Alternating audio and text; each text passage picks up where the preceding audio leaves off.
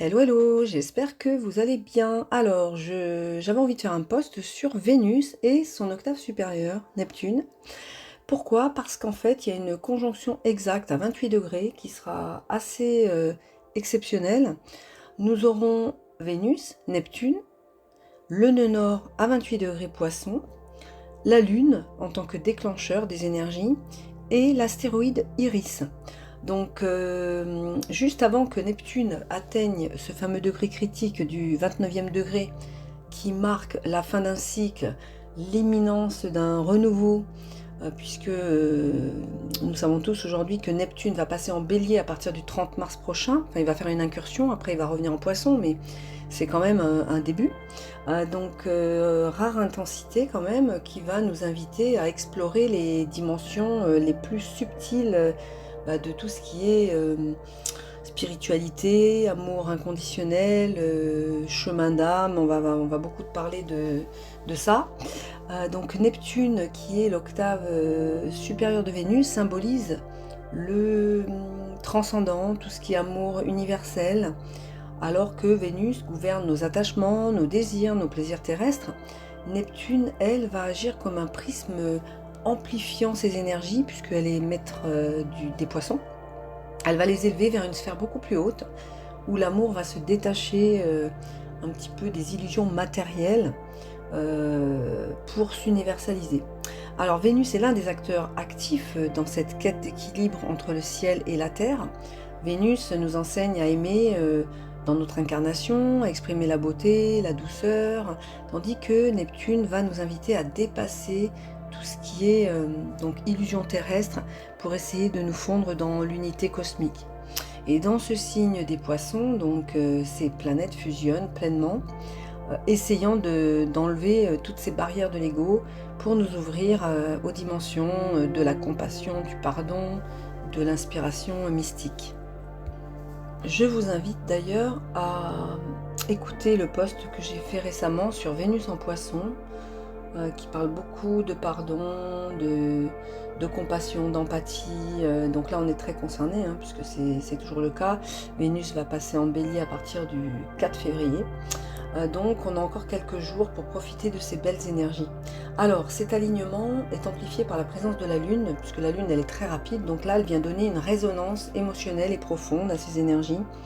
Elle indique la direction pour notre âme, donc le nœud nord, boussole cosmique, pardon.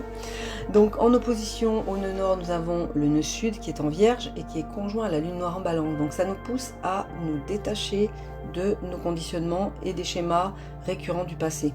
Donc il y a une mise en lumière de comportements obsolètes, de comportements de contrôle, d'analyse excessive, de critique, de perfectionnisme. Et avec la lune noire en Balance, nous terminons d'ailleurs un travail profond qu'on a bien, ça fait déjà depuis presque 1 an et demi, là la lune noire va passer très bientôt en Scorpion, donc on a vraiment terminé normalement, on a terminé notre travail sur tout ce qui est attente relationnelle, sur les idéaux qu'on projette sur autrui, et c'est la fin de ce cycle relationnel et affectif, donc certains ou certaines d'entre nous pourraient vivre des ruptures au sens propre, mais pas nécessairement, ça peut être une transition symbolique. Mais voilà, donc Vénus boucle son voyage zodiacal et va nous inviter à faire le bilan, à intégrer certaines leçons du passé et à semer de nouvelles graines pour le cycle à venir. Alors elle va passer, comme je le disais, en bélier le 4 février prochain, puisque du coup elle va rester assez longtemps en bélier. Pourquoi? Parce qu'elle va rétrograder à partir du 2 mars, elle va retourner jusqu'en poisson quelque temps, et elle va ensuite, quand elle reviendra en bélier, elle va le quitter à partir de début juin, donc on a encore quand même quelques semaines.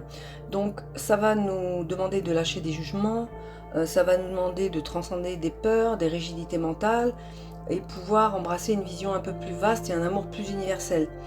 Donc c'est un passage clé de purification des anciens fonctionnements de l'ego, et aussi notre façon d'aimer, mais déjà d'avoir de l'estime pour nous-mêmes, l'estime des autres.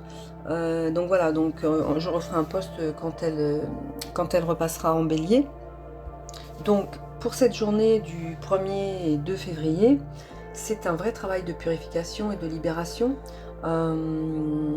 transformation intérieure. En fait, Neptune en domicile dissout les rigidités du mental.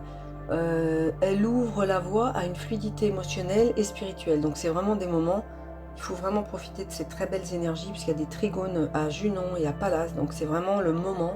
Il y a très peu de mauvais aspects en fait, donc cette phase où on peut ressentir intensément, vivre les synchronicités, on reçoit des messages subtils. D'ailleurs, j'ai beaucoup de personnes en consultation qui me disent de faire des rêves. C'est une connexion profonde avec l'invisible qui se passe en ce moment. Vénus est en transit en Poisson depuis le 3 janvier et elle insuffle des énergies de douceur, de compassion, d'idéalisme. Elle augmente notre réceptivité aux émotions. Elle nous offre aussi la possibilité de pouvoir aimer plus largement. Donc c'est ce que je disais au tout début, donc la réconciliation, la paix intérieure, le pardon, amplifié parfois. Alors effectivement, ça peut être aussi d'être un peu dans le flottement. On va avoir du mal à être ancré, à nous structurer concrètement dans la matière. Donc voilà. Alors, pour nous aider, nous avons l'astéroïde Iris qui est à 27 degrés du Poisson. Et là, c'est une clé essentielle, puisque je vais vous lire le nuage de sens, qui est extrait du livre de Eli Astro, le langage de la microastrologie. Donc Iris, c'est la messagère des dieux. Alors, en fait, c'est le double féminin de Mercure. Autant Mercure est le messager des dieux, et est quand même très... comment dire, il est messager de Zeus. Et Iris, elle, c'est principalement, sa maîtresse, c'est Junon. Donc, en fait, cette messagère des dieux, c'est elle qui fait un petit peu le pont entre le ciel et la terre. C'est la clairvoyance, la douceur, la sagesse, l'intuition, surtout la communication intuitive. Donc, elle apporte des messages. Elle est porteuse de lumière et elle traverse les mondes pour amener des révélations divines. Alors j'ai trouvé ça impressionnant qu'elle soit dans cette conjonction en Poisson. Et donc Iris véhicule une connaissance intuitive et elle symbolise aussi la capacité de recevoir des messages durant le sommeil, donc pendant les rêves. En tout cas, cette intuition est un pont entre le visible et l'invisible, entre le présent et le futur. Et souvent, on la représente avec un arc-en-ciel, dont la symbolique de l'arc-en-ciel, ici, on va dire que c'est un pont entre les mondes. Alors, pour celles et ceux qui sont assez connectés, qui ressentent bien les énergies, moi je pense que sa présence peut amplifier tout ce qui est cette réceptivité intuitive. Donc soyons attentifs à ce qu'on ressent. Ça peut agir comme un canal entre notre conscience terrestre et les messages subtils de l'univers. Ça peut faciliter la compréhension. On va avoir des signes, des synchronicités qui vont jalonner durant cette période de transition. En tout cas, c'est un appel à écouter nos intuitions profondes, à accueillir avec confiance certaines révélations qu'on va recevoir sur notre chemin. C'est comme si là, on arrive à un point où nous devons vraiment trouver notre propre vérité intérieure. Voilà, ça nous enseigne aussi que l'amour n'est pas figé. C'est-à-dire qu'on peut, il s'exprime de différentes manières, selon notre état de conscience. Il y a une multitude de nuances. Ça dépend de notre évolution, ça dépend. Il n'y a pas d'idéal illusoire en fait. Cette conjonction, même ce stellium en Poisson, va être trigone à Junon et à la part de fortune en Scorpion. Et ça vient ancrer ces énergies subtiles dans notre réalité concrète, puisque ça se trouve en maison 2, donc en fait c'est la maison du Taureau, donc on peut ancrer ces énergies subtiles. Alors sur le plan des relations, des valeurs profondes, du processus de transformation intérieure, Junon, ça représente quand même l'union sacrée, les liens d'âme, l'astéroïde de la relation idéale.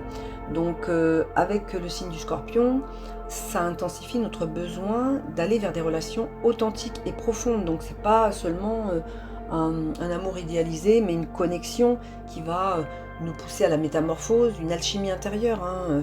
On sait que l'autre est un miroir de notre propre évolution. Et l'amour doit être vrai, engageant et forcément évolutif.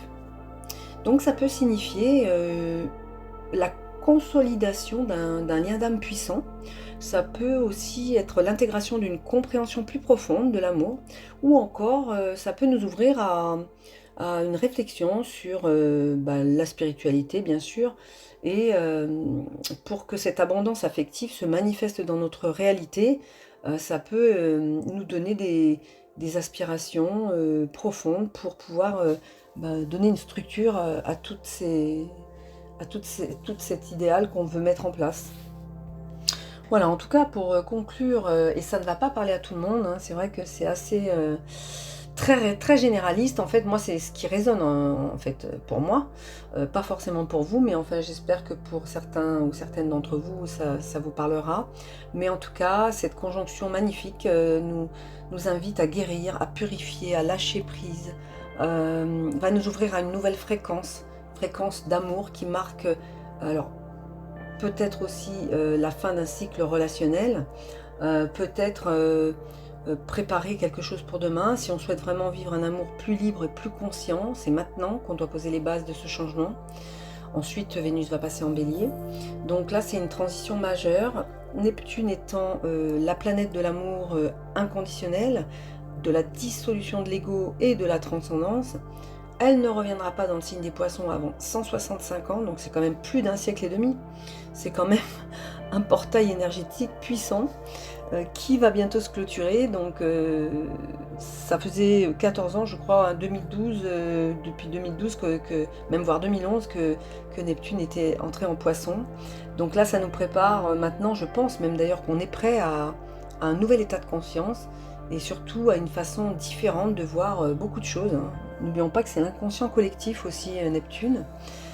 Voilà, donc ce renouveau va aussi, je pense, s'inscrire dans le grand cycle de transformation collective initié par Pluton en Verseau pour les 20 prochaines années. Donc c'est vraiment un transit majeur, hein, qui va réécrire les structures sociales, qui va nous propulser vers des nouveaux modèles, alors relationnels, hein, fondés sur la liberté, l'équilibre, la reconnaissance aussi de la singularité de chacun.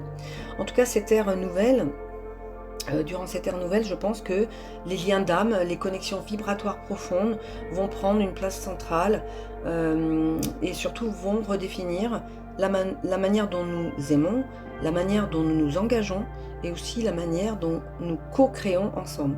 Voilà. Alors, je répète que cette analyse est généraliste. Prenez bien ce qui résonne, uniquement ce qui résonne. Je vous souhaite une très belle soirée étoilée. Prenez bien soin de vous et je vous dis à très bientôt. Au revoir.